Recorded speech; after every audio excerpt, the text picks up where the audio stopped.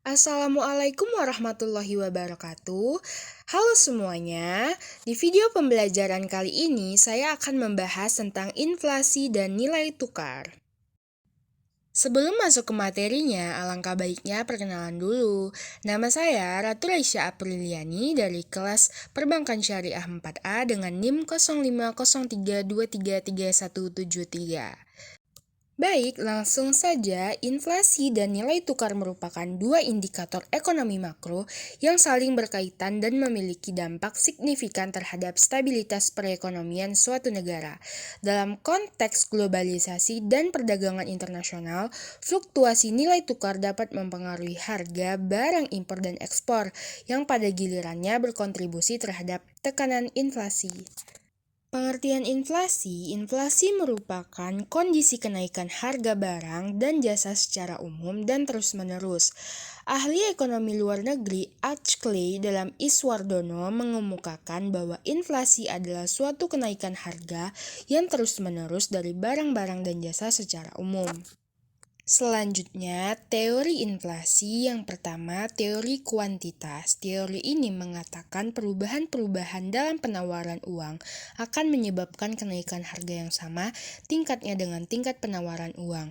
Menurut teori ini, penyebab kenaikan harga barang atau jasa secara umum yang mengarah pada inflasi yaitu jumlah uang beredar dan harapan psikologis masyarakat mengenai harga di masa akan datang. Yang kedua ada teori Keynes. Dasar pemikiran model inflasi dari Keynes ini bahwa inflasi terjadi karena masyarakat ingin hidup di luar batas kemampuan ekonominya, hingga menyebabkan permintaan efektif masyarakat terhadap barang-barang melebihi jumlah barang-barang yang tersedia. Akibatnya terjadinya inflationary gap. Pasti bertanya-tanya kan apa saja faktor yang menyebabkan inflasi? Yaitu yang pertama, jumlah permintaan produk dan jasa meningkat. Yang kedua, biaya produksi meningkat. Yang ketiga, peredaran uang meningkat. Dan yang terakhir, penyebab campuran yaitu permintaan dan penawaran.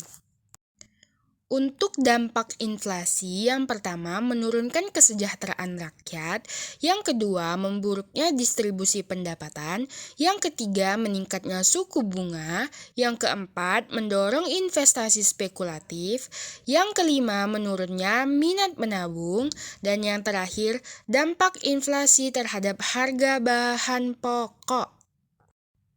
Untuk pengendalian inflasi, Indonesia angka inflasi single digit yang artinya kurang dari 10% masih dianggap wajar.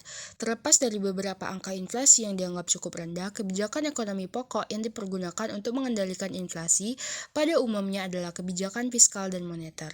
Untuk mengendalikan laju inflasi dapat dilakukan dengan lebih efektif, maka diperlukan koordinasi kebijakan fiskal, moneter, maupun kebijakan lainnya dengan sebaik-baiknya.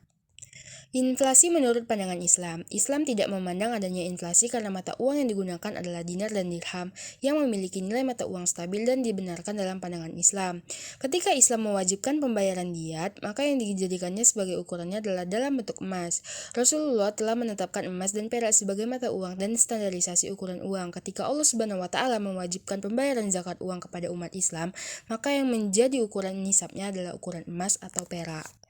Selanjutnya, nilai tukar. Nilai tukar mata uang atau yang sering disebut dengan kurs adalah harga satu unit mata uang asing dalam mata uang domestik atau dapat juga dikatakan mata uang asing. Faktor-faktor yang mempengaruhi nilai tukar yaitu inflasi, suku bunga, ekspor, impor, dan jumlah uang beredar. Oke, kesimpulannya, inflasi adalah kenaikan harga barang dan jasa secara umum dan terus-menerus dalam jangka waktu tertentu. Nilai tukar atau kurs adalah nilai tukar mata uang terhadap pembayaran saat ini atau di kemudian hari antara dua mata uang masing-masing negara atau wilayah. Ada beberapa faktor yang dapat mempengaruhi nilai tukar,